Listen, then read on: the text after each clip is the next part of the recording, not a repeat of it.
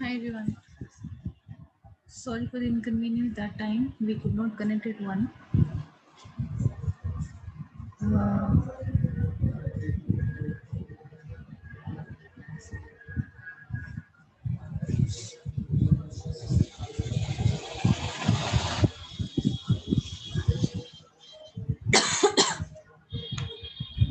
I hope I'm audible to everybody.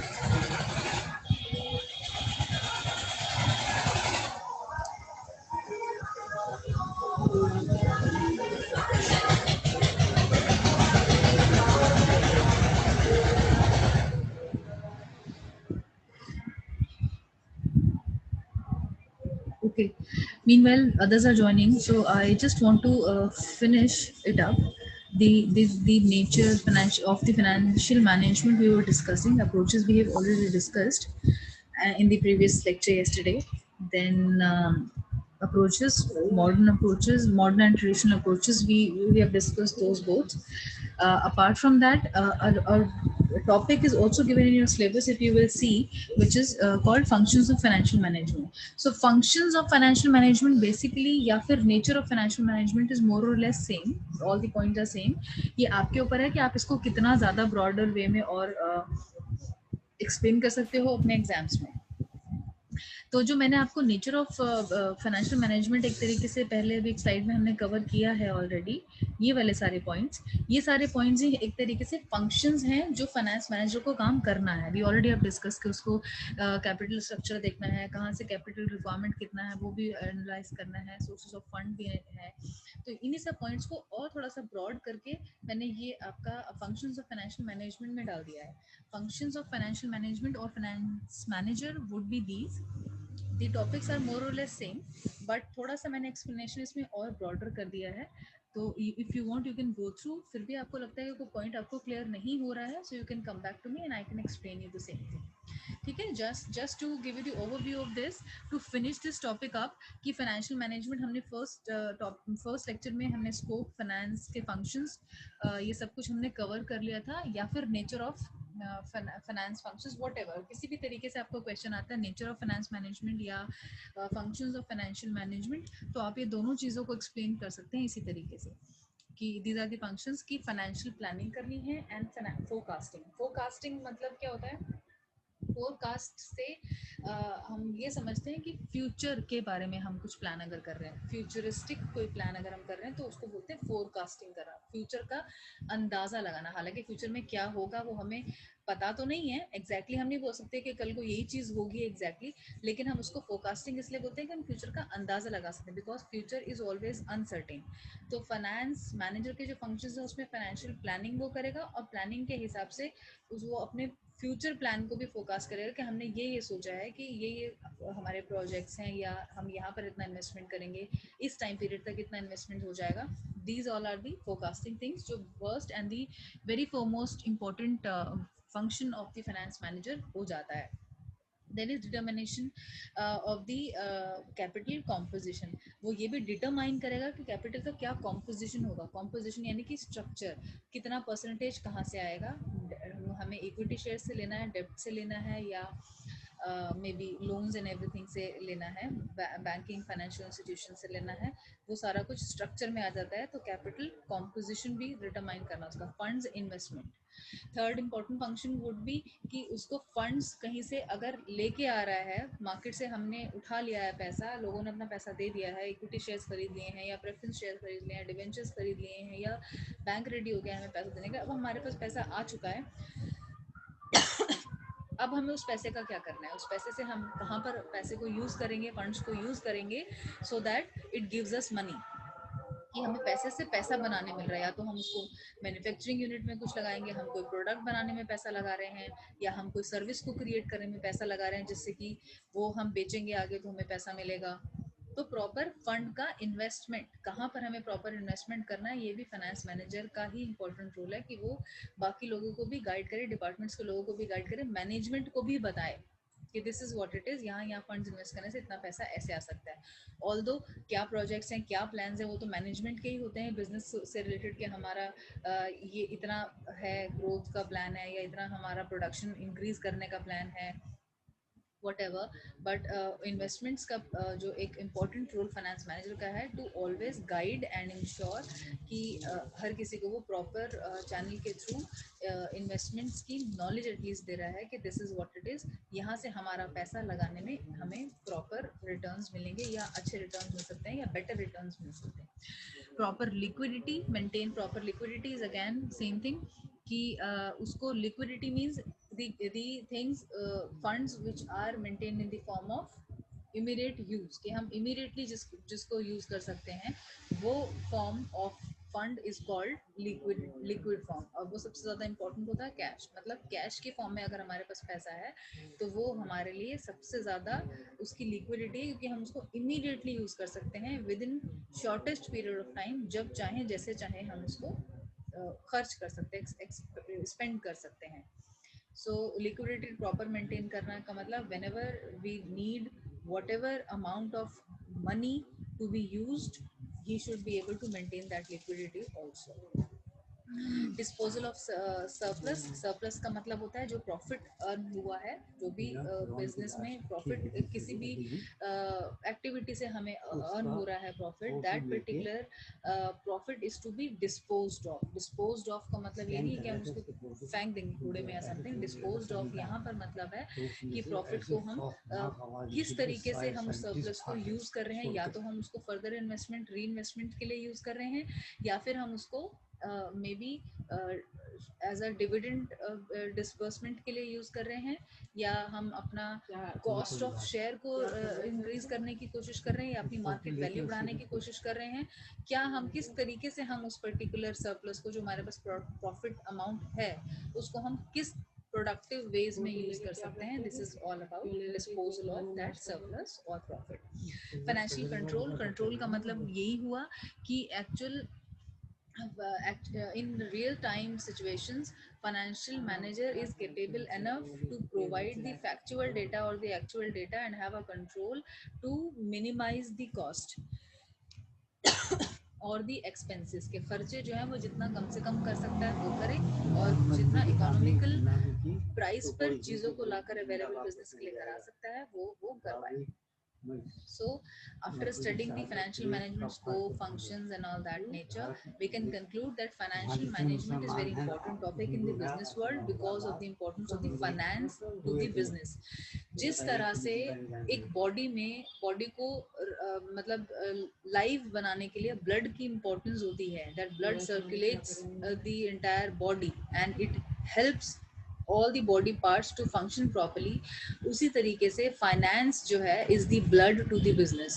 Finance जो है, पैसा जो है, फंड्स जो हैं, वो किसी भी बिजनेस को रन करने के लिए it helps like as the blood is important to the body, equally important the finance is to the business.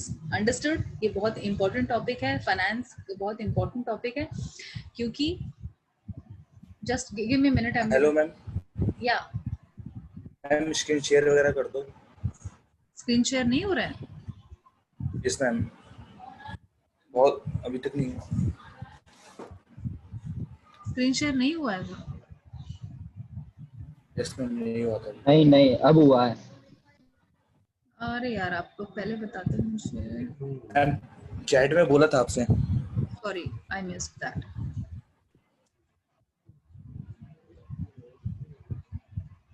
I am on this.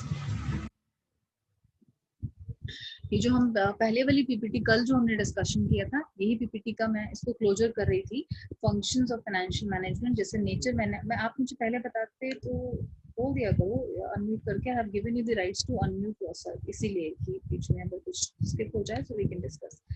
जो हमने ये डिस्कशन किया था नेचर ऑफ फाइनेंशियल, अभी दिख रहा है सभी को financial management.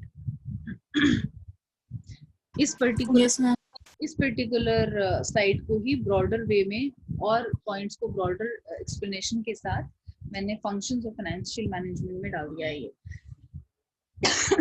Whenever you will be attempting any question ना, you will require a lot of content to write. बहुत सारा हमें लिखने के लिए मटेरियल चाहिए होता है कि हम क्या क्या एक पर्टिकुलर पॉइंट को, हमें जितना भी उसके बारे में नॉलेज है और जितना हम एग्जांपल्स दे देकर समझा सकते हैं, रियल टाइम एग्जांपल्स जो आपके खुद की लाइफ में भी आप आसपास देख रहे हैं या बुक्स में भी अगर आप कहीं से कुछ पढ़ रहे हैं, नेट पर भी कुछ पढ़ रहे हैं, तो वो कंटेंट आपके पास ज्यादा होना चाहिए so that you have good data to expand your answer in the exams. जितना ज्यादा हो सके डायग्रामेटिकली आंसर्स करना अपने क्वेश्चंस के। जैसे ये पॉइंट्स हैं, इनको हमने इस तरीके से लिख तो दिया, बट अगर आप एक डायग्राम इसका पॉइंट्स को एक्सप्लेनेशन करने से पहले डायग्राम बना दोगे, maybe in a circle format और in a drop down tree format के, इसके इतने सारे ये फंक्शंस हैं, उन्हीं को आप हाईलाइट कर दोगे तो एग्जामिनर के लिए भी यूज होता है टू चेक। एंड उसके अंदर फिर आप एक्सप्लेनेशन जितना ज्यादा कर सकते हो वो आप कर सकते हो, तो ज्यादा कंटेंट आपको लिखने मिले। इसलिए फंक्शंस ऑफ फाइनेंशियल मैनेजमेंट करके मैंने इसी पर्टिकुलर साइड में ये और आपको कंटेंट दे दिया है। फंड इन्वेस्टमेंट मेंटेन, ये हम सारा कुछ कवर कर चुके हैं। I was on the conclusion कि this finance is as important to the business as the blood is important to the body. You can just mention this thing or highlight this thing during putting any remarks in this question या functions of financial management जो explain कर चुके होगे, तो you can put the conclusion. ये बहुत अच्छा हमारा पैटर्न है और मार्क्स को ज्यादा स्कोर करने का हर यूनिवर्सिटी या हर एग्जामिनर यही करता है कि अगर उसने आपको एक क्वेश्चन दिया, 15 नंबर का क्वेश्चन है, 20 नंबर का क्वेश्चन है, या वट एवर 14 मार्क्स का, जो भी हमारा पैटर्न है, इतने मार्क्स का क्वेश्चन है तो वो आपसे एटलीस्ट 5-6 पेजेस का एक आंसर मांगेगा। So you have to write as much as possible.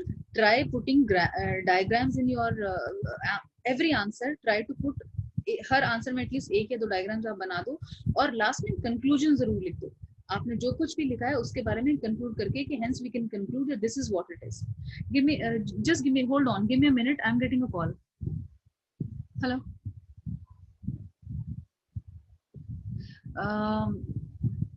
Pending furniture.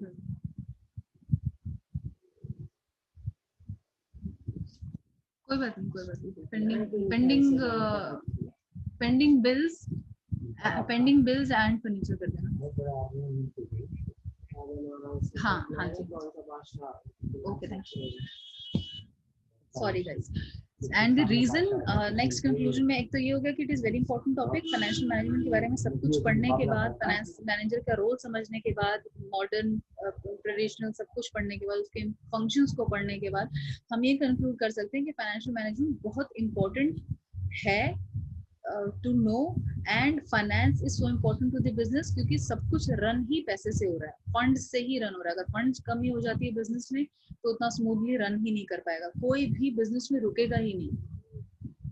You as an employee would also not work, without salary कौन काम करेगा?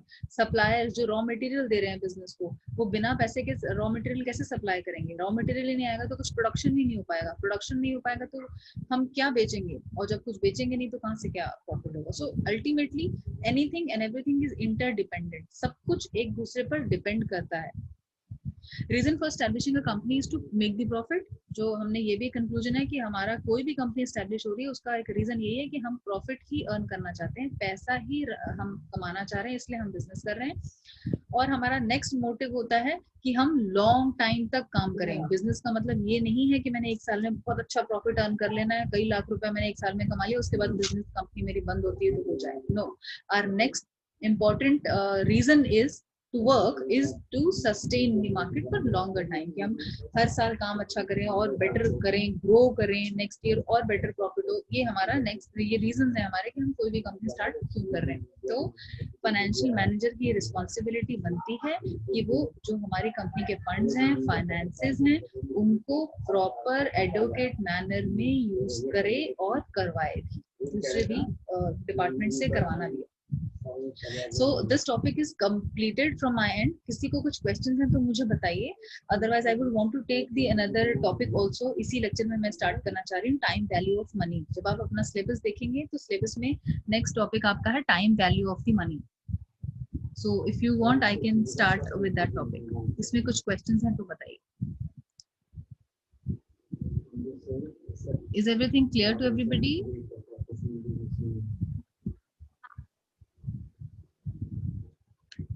Yes, ma'am. ठीक है, आई एम अज्यूमिंग कि सब कुछ आपको समझ आ गया है इसके बारे में। और आप लोग अगर फाइनेंशियल मैनेजमेंट पे nature scope business whatever functions आते हैं, you will be able to write it down. ये जो टिप्स मैंने आपको दिए हैं, ये just remember all these things. ये मार्क्स को अच्छे से स्कोर करने में आपको बहुत हेल्प करेंगे कि आप डायग्रामेटिकली आंसर्स कर रहे हैं, क्योंकि एग्जामिनर के पास बहुत ज्यादा टाइम नहीं होता कि वो आपकी 40 शीट्स का एक एक वर्ड को पढ़ के आपको आंसर दे। तो आप जो एग्जामिनर को दिखाना चाहते हो इजीली, जो पॉइंट आपको लगता है which is very much related to the topic या जो आप आंसर कर रहे हो उससे, तो आप उसको हाईलाइट कर दो ताकि वो ज्यादा दिखें और वो उन्हीं को देखे जो आप एक्चुअली में दिखाना चाह रहे हो और मार्क्स आपको मिले। डायग्राम्स ज्यादा इजीली, पिक्चर जो होती है, पिक्चर को हम नहीं भूलते जल्दी से, रादर की अगर कोई कंटेंट लिखा होता है बहुत ज्यादा तो हम उसको इजीली भूल जाते हैं। सो सेम मैनर में डायग्राम्स अगर आप बनाकर दिखाओगे तो एग्जामिनर भी उस चीज पर ज्यादा फोकस करके आपको डायग्राम के हिसाब से आपको मार्क्स दे सकता है। और अब अभी तो बैकग्राउंड साउंड नहीं आ रहा है बेटा, आई एम सॉरी, मैंने आपका ये मैसेज नहीं देखा।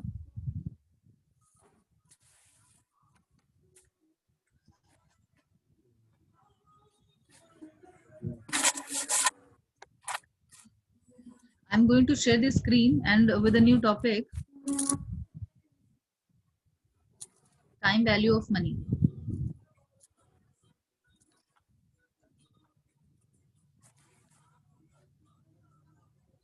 दिख रहा है सबको स्क्रीन मेरा? Yes, ma'am.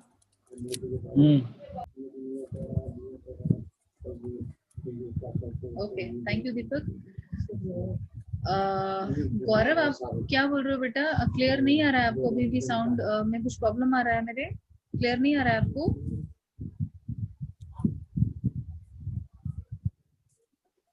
I hope everything is clear now. Gaurav unmute करके मेरे को जवाब दो। अच्छा ठीक है, ओके थैंक यू, ठीक है ओके ओके। सो नेक्स्ट, ठीक है उन्होंने आंसर कर दिया है, चैट पे कर दिया है। Coming back to this,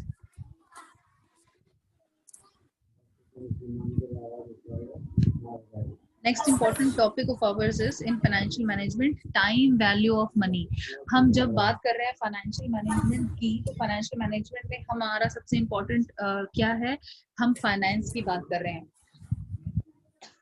funds की बात कर रहे हैं, पैसे की बात कर रहे हैं, मनी की बात कर रहे हैं। तो money, time value of money, इस टॉपिक से आप क्या समझ रहे हो? टाइम वैल्यू ऑफ मनी, इसका मतलब ये है कि पैसे की जो वैल्यू है वो टाइम के हिसाब से चेंज भी होती है।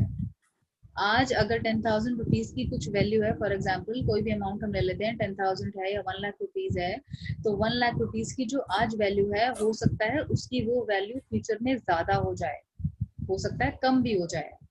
कैसे हो सकता है ये? Can it be possible?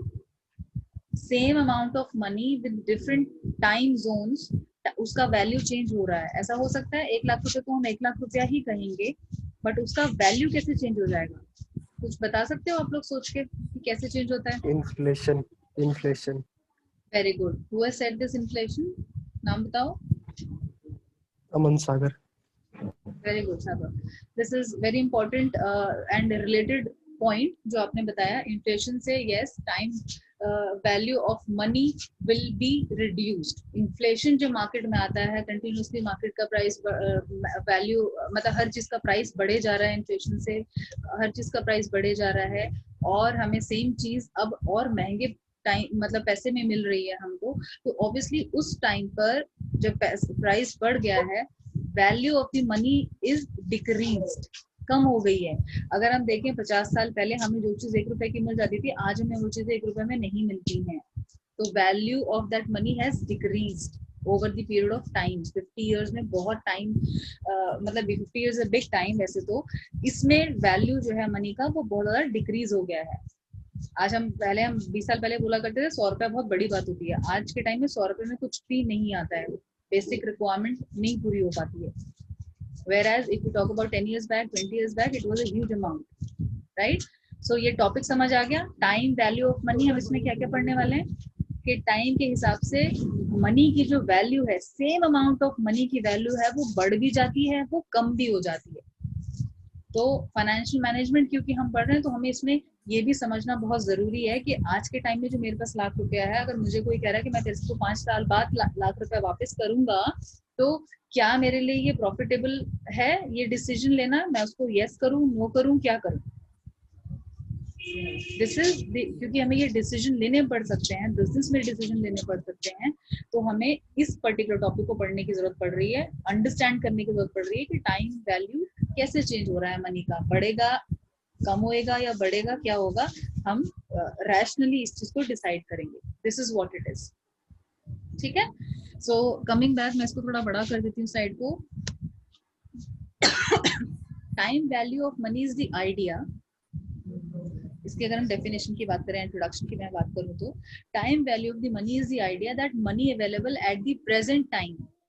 Money available at the present time मतलब आज के टाइम में जितना मनी हमारे पास अवेलेबल है is worth more than the same amount in the future। आज के टाइम में जो पैसे की वैल्यू है वो बहुत ज्यादा है, जबकि फ्यूचर में उसी सेम अमाउंट का जो पोटेंशियल है या अर्निंग कैपेसिटी है वो नहीं रहेगा। मतलब आज के टाइम में अगर कोई person 1 lakh rupees per month कमा रहा है और उसकी लाइफ जिस हिसाब से वो जी पा रहा है, ईज लाइफ जी पा रहा है या व्हाटएवर, शायद 10 साल के बाद same amount of package will not give him the same amount of luxury in his life. Agree करते हो आप सब लोग इस चीज को कि आज जितना हम पैसा कमा रहे हैं 10 साल बाद सेम ही पैसा हम कमाएंगे तो हम सेम लाइफ नहीं जी सकेंगे। इसीलिए क्योंकि मनी जो है वो अपना वैल्यू को लूज करेगा 10 साल बाद, 20 साल बाद, बिकॉज ऑफ XYZ रीजंस। और इन सब रीजंस को हम इग्नोर भी नहीं कर सकते, हमें लाइफ के साथ लेकर चलना भी पड़ेगा। इन सबको हम सोचे कि नहीं जी हम वैल्यू कम नहीं करेंगे, पैसे की उतनी वैल्यू रहनी चाहिए, रुपए की उतनी वैल्यू रहनी चाहिए, तो वो नहीं हो सकता। कंट्रोल ही, ये कंट्रोलेबल नहीं है, कोई कंट्रोल नहीं कर सकता इसको। ठीक है।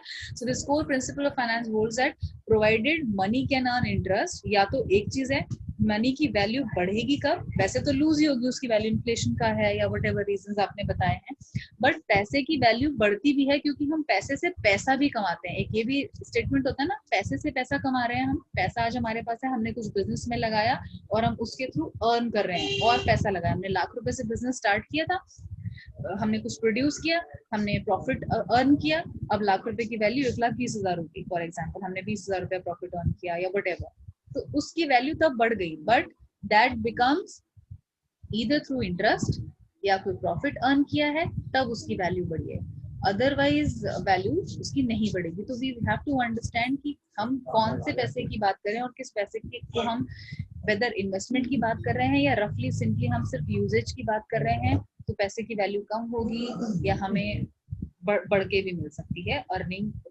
कैपेसिटी अगर उस पर्टिकुलर पैसे की है, अगर हम उसको इन्वेस्ट कर सकते हैं, we can earn money also. So TVM we will be using for time value of money. Future आगे भी स्लाइड्स में मैंने TVM ही लिखा है, टाइम वैल्यू ऑफ मनी को। Is an important concept in financial management. It can be used to compare investment alternatives. मतलब हम वैल्यू को कैलकुलेट करने के लिए मेजर भी कर सकते हैं, कंपेयर भी कर सकते हैं कि मेरे पास कौन कौन से ऑल्टरनेटिव्स हैं। ऑल्टरनेटिव्स मतलब कौन कौन से ऑप्शंस हैं, कहाँ पर मैं अपना पैसा इन्वेस्ट करके उससे पैसा कमा सकती हूँ। फॉर एग्जाम्पल, अगर मेरे पास 1 लाख रुपया एक्स्ट्रा पड़ा हुआ है और आपको कोई बोले,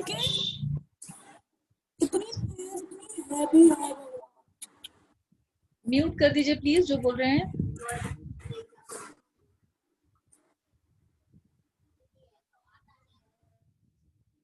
ओके, सो टाइम वैल्यू हमारे लिए एक इम्पोर्टेंट कॉन्सेप्ट इसलिए भी हो गया है क्योंकि हम ये हमें ये भी बताता है कि we can compare the options and solve the problems relating to कहाँ पर हम बेटर इन्वेस्ट कर सकते हैं, या कहाँ पर हम अपना लोन्स अगर हम ले रहे हैं तो हम चीपर रेट पर लें, दे रहे हैं किसी को तो हम उससे कुछ ज्यादा अर्न कर सकें। ये सब चीजों को डिसाइड करने में हमारी मदद करता है। Okay, now time value helps us, ये एक फॉर्मूला है, मैथमेटिकल फॉर्मूला, इसको you have to remember this formula and put exactly the same in the exam also. आपको ये exactly फॉर्मूले को इस तरीके से ही लिखना है। This formula has been given by some जो भी मतलब experts हैं, उन्होंने ये फॉर्मूला दिया that how to calculate the present value of the money, present value of the money, कि आज लाख रुपए की वैल्यू लाख रुपया तो है, बट वैल्यू कैसे कैलकुलेट कर रहे हैं हम उसकी। Present value is equal to future value divided by 1 plus I. I is the discount rate. It can be zero also, it can be any value discounted जिस पर हमको फ्यूचर में पैसा मिल सकता है या कुछ भी, और इसका हम रेज टू द पावर है number of the periods until future value is received. Period can be and can be number of years, number of months, whatever way we are calculating. हम फ्यूचर में किस particular time में मतलब target कर रहे हैं value को calculate करने के लिए। 1 साल बाद की वैल्यू कैलकुलेट करना चाहते हैं, 2 साल बाद की करना चाहते हैं, या क्या करना चाहते हैं, वही number of periods we will be putting as in the power in the place of n in the formula. आपको दिख रहा है, तो present value is equal to future value divided by 1 plus discount rate raised to the power number of periods until FV is received, until future value is received. Understood?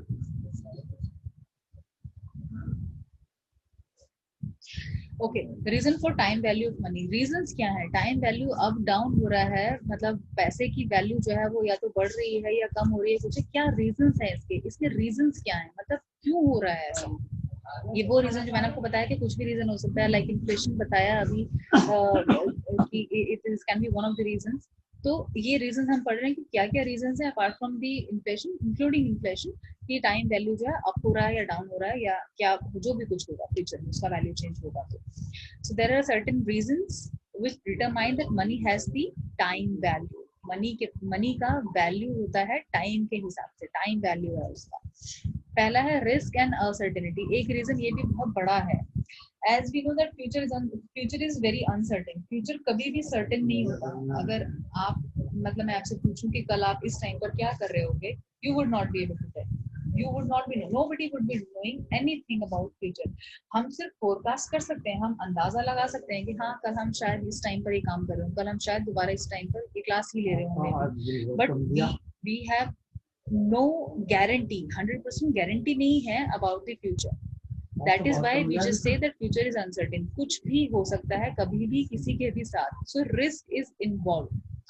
Risk है, uncertainty है future में, इसीलिए time value of the money will also be changing. Future का हमें नहीं पता कल को मार्केट में क्या हो जाएगा, क्या नई चीज आ जाएगी। फॉर एग्जांपल अभी यही अगर हम फ्यूचर की पेंडेमिक की बात करें, अपना रियल टाइम एग्जांपल अगर हम ले लेते हैं, तो इसने कितना कुछ तो चेंज किया लाइफ में, कितना अनसर्टेन हो गया अभी हमारी लाइफ में कि हमने सोचा ही नहीं था वो सब कुछ हो गया। People, millions of people have lost their jobs, जो सोचा ही नहीं था किसने, तब में किसी ने नहीं सोचा था कि nobody would be working in the month of June, August or July or whatever. But since future is uncertain, nobody can actually understand and gives the guarantee that this is going to happen. We can only forecast, and this becomes one of the reason कि risk involved है future में, uncertainty involved है, तो हमारा time value जो है वो money का चेंज होता है. Inflation becomes one of the very important reason. Next reason for the time value of money is inflation. In an inflationary economy, the money received today has more purchasing power than the money to be received in future. जैसे मैंने आपको बताया, यानी कि किसी भी amount का, पैसे का जो भी आज वैल्यू है उसका परचेजिंग पावर मतलब आज 1 लाख रुपीज में हम जो कुछ भी परचेज कर सकते हैं, that becomes the purchasing power of that amount of money. वो same amount of purchasing power future में उसका नहीं रहेगा. जैसे मैंने आपको बताया था अभी भी, for example, if we are able to live a life, supposedly a person is earning 1 lakh rupees per month, और आज वो जिस लेवल का स्टैंडर्ड ऑफ लिविंग इस पर्टिकुलर कॉस्ट में मेंटेन कर पा रहा है, 10 साल बाद सेम अमाउंट ऑफ मनी से वो same level of standard of living नहीं अपना मेंटेन कर पाएगा, because of the loss of purchasing power of the money in future. समझ आया कि आज जो परचेजिंग पावर पैसे की है वो कल के टाइम में फ्यूचर में चेंज हो सकती है, फ्यूचर में कम ही होगा, पैसा का वैल्यू कम होगा. सो इन अदर वर्ड्स, रूपी today represents a greater real purchasing power. आज के टाइम में रूपी की जो वैल्यू है वो ज्यादा है than that of 1 rupee value in future. Got it? This is what inflation is. Consumption के ऊपर भी डिपेंड करता है. Individuals generally prefer current consumption to future consumption. हमारा कंजम्पशन जो है, हम जनरली अपना जो आज का हमारा कंजम्पशन है ना, हम उसको कंसिडर करते हैं rather than that of what we will be consuming in future times. हमें आगे का नहीं पता, हो सकता है सेम ही कंजम्पशन रहे, हो सकता है कंजम्पशन कम भी हो जाए, हो सकता है ज्यादा भी हो जाए. But time value of money change क्यों है कि हम कंजम्पशन की जब बात करें कि हम कितना कंज्यूम करेंगे या क्या हमारा यूजेज है किसी एक पर्टिकुलर प्रोडक्ट को लेकर, या जो भी हमारा कंजम्पशन है वो हमारा आज क्या है, we give preference to that than that of कि फ्यूचर में हम क्या करने वाले हैं. Next is investment opportunities. Time value of money जो है वो चेंज इसलिए भी हो रहा है क्योंकि इन्वेस्टमेंट की अपॉर्चुनिटीज भी है मार्केट में. An investor can profitably use the received money today to get a high return tomorrow. अगर मैं ये बोलूं कि आपको, मैंने कहा suppose if I have borrowed some money from you, for example मैंने किसी से 10,000 रुपया लिया है, तो मैं उसको आज पैसा बोलूं कि तू 10,000 रुपया आज लेगा या 3 साल बाद मेरे से ले लेगा, so he would obviously tell me आज मुझे दे दो. क्यों? क्योंकि he can earn anything better from that money. आज वो ले लेगा तो हो सकता है वो उस पैसे को कहीं इन्वेस्ट कर दे, कहीं बैंक में डिपॉजिट कर दे तो उस पर वो इंटरेस्ट ले लेगा, व्हाटएवर. सो जैसे मैंने एग्जांपल भी रखा है यहाँ पे, if an individual is given an alternative, उसको अगर 2 ऑप्शन देते हो आप, किसी भी इंडिविजुअल को आप 2 ऑप्शन देते हो, टू रिसीव ₹10,000 नाउ और आफ्टर 1 ईयर, कि 1 साल बाद मेरे से पैसे ले लेना 10,000 रुपया या आज ले लो, तो वो प्रेफर यही करेगा कि आज ही दे दो, give it to me now. This is because today he may be in a position to purchase more goods with their same value. क्योंकि फ्यूचर में तो 10,000 रुपए अपना परचेसिंग पावर भी लूज करने वाला है. 10,000 रुपए में जो चीज, जितनी चीजें हम आज खरीद सकते हैं, शायद 10,000 रुपए में उतनी चीजें फ्यूचर में नहीं खरीद पाए, 1 साल बाद नहीं खरीद पाए. So obviously he would want, or he would prefer, anyone, you, me, anybody as a human being, any individual in the normal given times and the normal scenarios would want to get the money in today's time only rather than getting the same after a year's time, or 2 साल के बाद की बात करें या 3 साल के बाद. This is what it is. ठीक है, ये रीजंस थे टाइम वैल्यू ऑफ मनी के कि क्या क्या क्यों वो अप डाउन हो रहा है, इसमें वैल्यू में कम हो रहा है या क्या हो रहा है. इसमें कुछ क्वेश्चंस हैं किसी को? You can tell me in chat, or you can unmute yourself and tell me also. No, ma'am. ठीक है, अभी I have left with 6 minutes only. I'll try to finish it up as soon as possible with all these. Although we will not be able to cover the entire topic today, but whatever it is, just let me just cover it as soon as possible. Importance क्यों है इस चीज की? Importance, time value of money हम पढ़ ही क्यों रहे हैं? हमें क्या जरूरत है इस चीज की? क्यों कर रहे हैं हम लोग इतना सब एफर्ट की, हम टॉपिक पढ़ रहे हैं? इंपॉर्टेंस है इसकी, तभी हम पढ़ रहे हैं, राइट? इंपॉर्टेंस है इस पर्टिकुलर सब्जेक्ट की, इसलिए हम पढ़ रहे हैं. और इस सब्जेक्ट में इस टॉपिक की क्या इंपॉर्टेंस है वो अब हम पढ़ेंगे कि ये टॉपिक हम क्यों पढ़ रहे हैं. Because any financial management or manager has to take the decisions, investment decisions उसको लेने पड़ते हैं. स्मॉल बिजनेस है, बिग बिजनेस है, किसी भी लेवल का बिजनेस है, हमें इन्वेस्टमेंट डिसीजंस लेने पड़ते हैं. So small businesses often have limited resources. Small businesses में तो रिसोर्सेज हमेशा लिमिटेड होंगे ही होंगे. वो हर तरह से कॉस्ट को ज्यादा बचाने की कोशिश करेंगे in comparison to the businesses which have little more resources, और अनलिमिटेड रिसोर्सेज तो किसी के पास भी नहीं है। No matter how big the organization is, no matter how developed an economy is, किसी के भी पास unlimited resources नहीं है, कोई भी लेवल का बिजनेस भी हो, ठीक है। तो इन्वेस्टमेंट डिसीजंस हमें लेने पड़ते हैं, तो इसलिए हमें ये पता होना चाहिए कि आज हम अगर हम आज ये सोच रहे हैं कि 10 साल बाद हमें कोई प्रोजेक्ट करना है जिसमें हम 10 करोड़ रुपीज इन्वेस्ट कर रहे हैं, तो हमें पता होना चाहिए कि 10 करोड़ रुपीज की आज जो वैल्यू है 10 साल बाद उसकी वो वैल्यू नहीं रहेगी, कम होने वाली है। तो हम 10 को क्या 11 करोड़ रखें? आज अगर हम आज के हिसाब से हम टाइम वैल्यू 10 करोड़ रख रहे हैं, तो हमें फ्यूचर में 10 साल बाद वो 10 करोड़ रखना चाहिए या 11 करोड़ रखना चाहिए, या क्या रखना चाहिए? क्योंकि टाइम वैल्यू कम हो जाएगा मनी का, राइट। तो इन्वेस्टमेंट डिसीजंस में हेल्प करता है, इसलिए हमें टाइम वैल्यू पढ़ना पड़ रहा है, अंडरस्टैंड करना पड़ रहा है। One of the important factors we have to look is how to invest is the time value of money, कि कैसे इन्वेस्ट करना है। जैसे मैंने आपको बताया कि 10 की जगह हमें 11 तो नहीं रखना पड़ेगा, 12 तो नहीं रखना पड़ेगा, उस टाइम तक वैल्यू अगर कम हो जाएगा तो क्या पता जो हम आज परचेजिंग पावर 10 करोड़ की जो है वो हो सकता है फ्यूचर में 12 करोड़ में मिले हमें सामान इन्वेस्टमेंट्स के लिए। तो इन्वेस्टमेंट अकॉर्डिंगली डिसीजन लेना पड़ता है। कैपिटल बिल्डिंग डिसीजन हमको करने हैं, जो भी फाइनेंशियल डिसीजंस हम ले रहे हैं उन डिसीजंस में हमें टाइम वैल्यू को डाल के सोचना है कि इसका इम्पोर्टेंस क्यों है, क्योंकि मैं कैपिटल बिल्डिंग भी करना पड़ रहा है। आज तो हमने ठीक है शेयर वैल्यू 10 रुपए का कर दिया, 20 साल बाद कौन 10 रुपए का शेयर खरीद पाएगा? कोई भी नहीं खरीदेगा। शायद आज के टाइम में भी share value 10 rupees is so less. So we have to accordingly see कि आज के जो हमारे कैपिटल स्ट्रक्चर है हमारा, वो तो ठीक है आज के टाइम वैल्यू के हिसाब से ठीक है, बट क्या सेम ही टाइम वैल्यू के हिसाब से हम सोच कर 10 इयर्स बाद का भी प्रोजेक्ट कर रहे हैं? क्योंकि लॉन्ग टर्म डिसीजंस भी होते हैं। फाइनेंस मैनेजर सोर्सेज, अब नेक्स्ट टॉपिक हमारा आएगा sources of long term finance. जो लॉन्ग टर्म के लिए हमें पैसा चाहिए, 10 साल 20 साल 50 साल के लिए पैसा चाहिए, उस वो कौन कौन से सोर्सेज है वो हम पढ़ेंगे। तो वो डिसीजंस लेने के लिए भी हमें टाइम वैल्यू जरूर रखना है पैसे का। ऐसा नहीं हो कि हम आज के टाइम वैल्यू के हिसाब से पैसा 20 साल बाद का भी सोच के चल रहे हैं। 20 साल बाद ऑब्वियसली जब वैल्यू कम होगा तो हमें थोड़ा सा ज्यादा अमाउंट ऑफ स्ट्रक्चर रखना पड़ेगा कैपिटल का, या whatever we have to think about it. And जितना भी लॉस ऑफ वैल्यू है, टाइम वैल्यू है मनी का, वो हम कंसिडर करके उतना एडिशन हम एटलीस्ट करें अपने डिसीजंस को लेते टाइम पैसे में। Whenever we are talking about cash inflows outflows, कुछ भी हो रहा है, पैसा आ रहा है या जा रहा है, कुछ भी।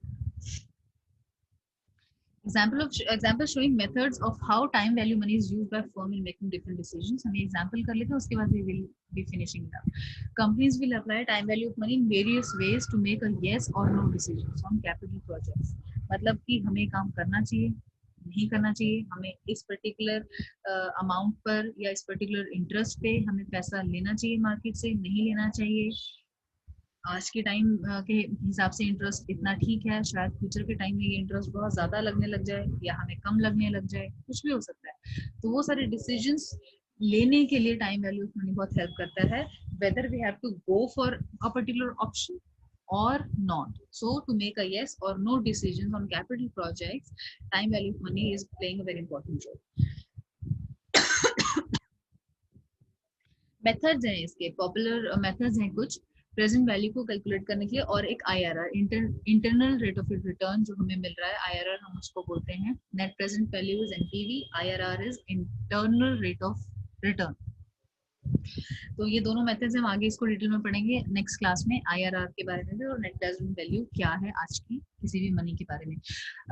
अभी मुझे यहाँ तक का बताइए, किसी को कुछ डाउट है तो मुझे मैं आपको कर देती हूँ, just let me. Lecture will be over in a minute. Meanwhile, I'm just going to capture your attendance.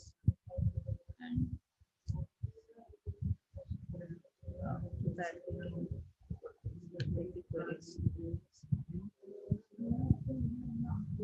we'll cover and finish it up in tomorrow's lecture. ये वाला टॉपिक हम कर लेंगे, और maybe I will try to cover sources of long term finances also in the next class, the same class.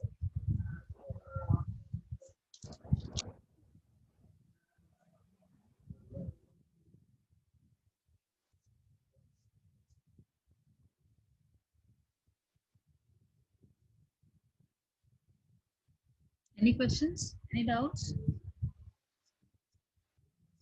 No, ma'am. Okay. Okay, so I'm assuming that everything is clear until this way, and then जो हमारा last था topic वो भी सबको clear है. Major functions of the financial management. Time value of money में आपको meaning at least clear हो गया है, रीजंस आपको क्लियर हो गए हैं और इम्पोर्टेंस आपको क्लियर हो गया है. ओके,